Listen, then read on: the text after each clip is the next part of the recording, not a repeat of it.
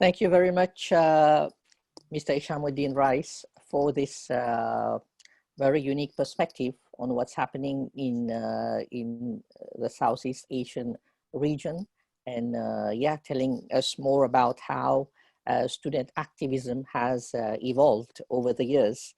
Yeah, from your younger days in the 1970s to now. Yeah, that's very interesting for us to really compare. Yeah, and also telling us how the monarchy in a way has been bringing through its own action. Yeah, it has been inviting this kind of backlash. Yeah. So to further our discussion on this, on the current topic, yeah, I would like to invite our next speaker, who will be Mr. Edmund Bon. Yeah, Mr. Edmund Bon is a former Malaysian representative to the ASEAN Intergovernmental Commission on Human Rights from 2016 to 2018. Yeah, and this commission actually reports to the ASEAN foreign ministers and plays a key role in human rights cooperation among ASEAN countries.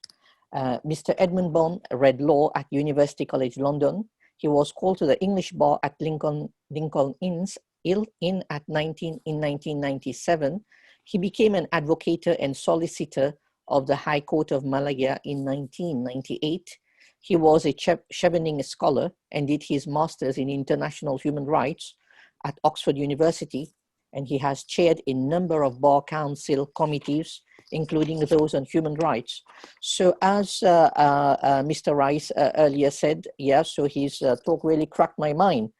And I've read that ASEAN has been called a toothless organization where members simply hold hands and take photos. Yeah, so is that correct? Let's hear it from Mr. Edmund Bon, who can tell us more about this, how the Thai situation might impact the region, and also about youth activism, and also whether ASEAN can play a role in all this. Thank you, Najib, and thank you for the introduction. Thank you to my fellow panelists, Ajahn Sriprapha, for setting out the historical background and what's happening today, and Dr. Zani and Hisham. I wanted just very quickly to respond by setting out three main areas very quickly. I'm not going to take 15 minutes. One really is to talk about the taboo and how it is also reflected similarly in Malaysia, because I think the discussion was whether it may happen in other countries. The second would be to discuss very quickly the toolkit that is being used by the youth activists, as well as then finally just talking about the tension that has now been created on the ground in Thailand. And of course, I think other countries are looking similarly to whether there is what Ajahn Sriprapha mentions, the Southeast Asian Spring. It's very interesting how the narrative breaking the taboo, and it was the human rights lawyer Anwar Nampa that mentioned it in August. And I think that took everyone by surprise, because for the first time it mentioned critique about the monarch. And I think it's a bit smart, because the narrative also frames the discussion. If you look at the demands within the constitution, so amend the constitution to stop immunity, for example, amend the constitution to amend the laws to get rid of lèse majesté. Similarly, in Malaysia, this was done twice, but it wasn't done by way of a student or people-led protests. It was actually done by Mahathir at that time, one in 1983. He wanted to amend the constitution to remove immunity from the rulers and to remove the powers of the rulers to stop legislation. There was much discussion as to that, and then there was an agreement that the rulers' assent after a certain number of days, 60 days, would not be needed, and also to restore and allow The back and forth discussion was whether you allow rulers the power to declare emergency at will. And we have seen that now being declared in one state in Malaysia. So that was one done in 1983. The second one that was done in 1993, also led by Mahathir's government. And this wasn't really people protest on the ground. Was in 1993 where immunity, partial inroads were made to the rulers' constitutional immunity from being prosecuted in the criminal courts, because there was a royal family that actually committed an act, and that act gave rise to discussions whether the royal family should have immunity. So in Malaysia, 1993, the taboo was broken, but it was broken in terms not on the people's, it wasn't driven by the people. It wasn't broken in terms of how the people wanted that narrative. It was broken by constitutional amendments made legally through amendments to the constitution through parliament, but mainly led by the then Prime Minister.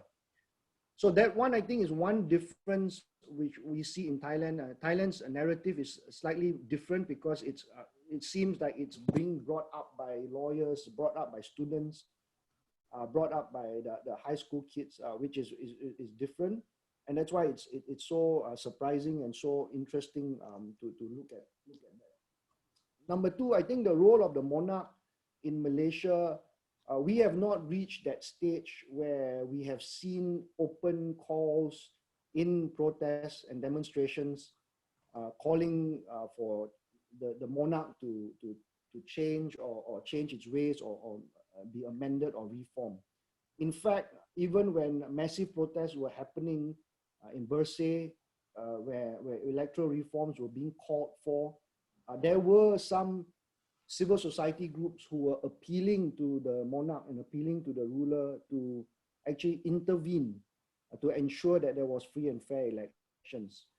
We can see that under the constitution, the monarch has a check and balance of powers. There are powers to check and balance how the government acts.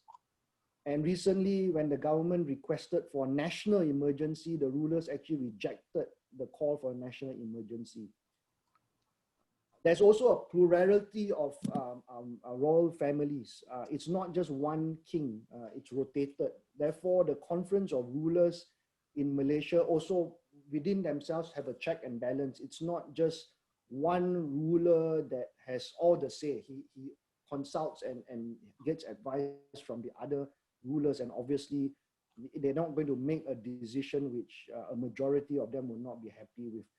So I think there's a slight difference with how Thailand's monarch runs itself in the constitution. There's also a difference in how the majority group in Malaysia, whether race or religion, still supports much of the monarch. There's institutional and cultural system, even before the British came, that the rulers were actually heads of religion, heads of culture, heads of civilization, Islamic civilization. And therefore that still sticks, and that is still part of the federal constitution. So it will take a bit more than just excesses by the monarch to see some sort of uprising in Malaysia in terms of breaking that taboo.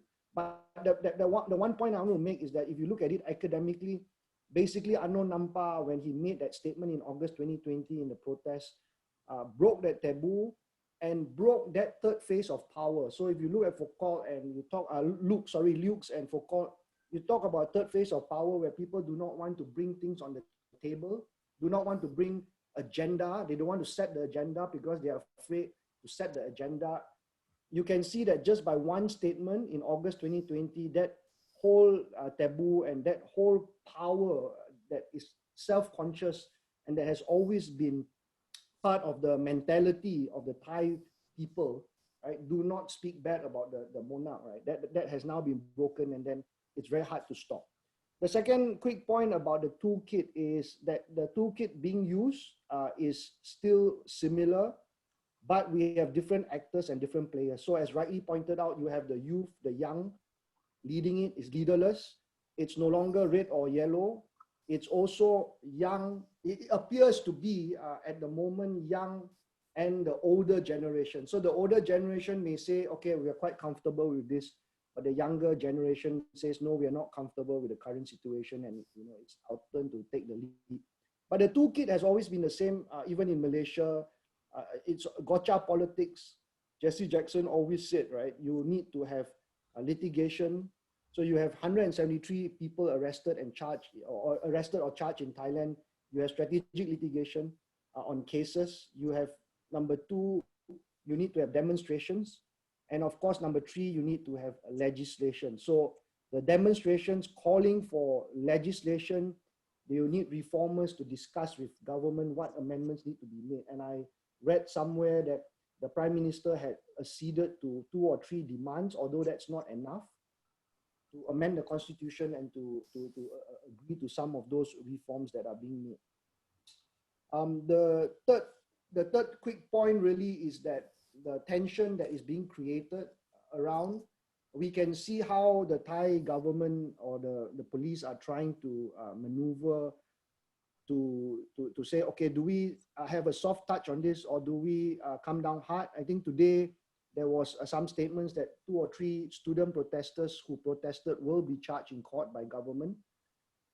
That kind of tension and that kind of pushback against the protests, we can see around if it happens, and it happened in Malaysia, if there's a very hard line that's being taken against protesters, especially when in Thailand, the COVID situation seems to be so much more in control than in any other country, apart from, I think, Vietnam.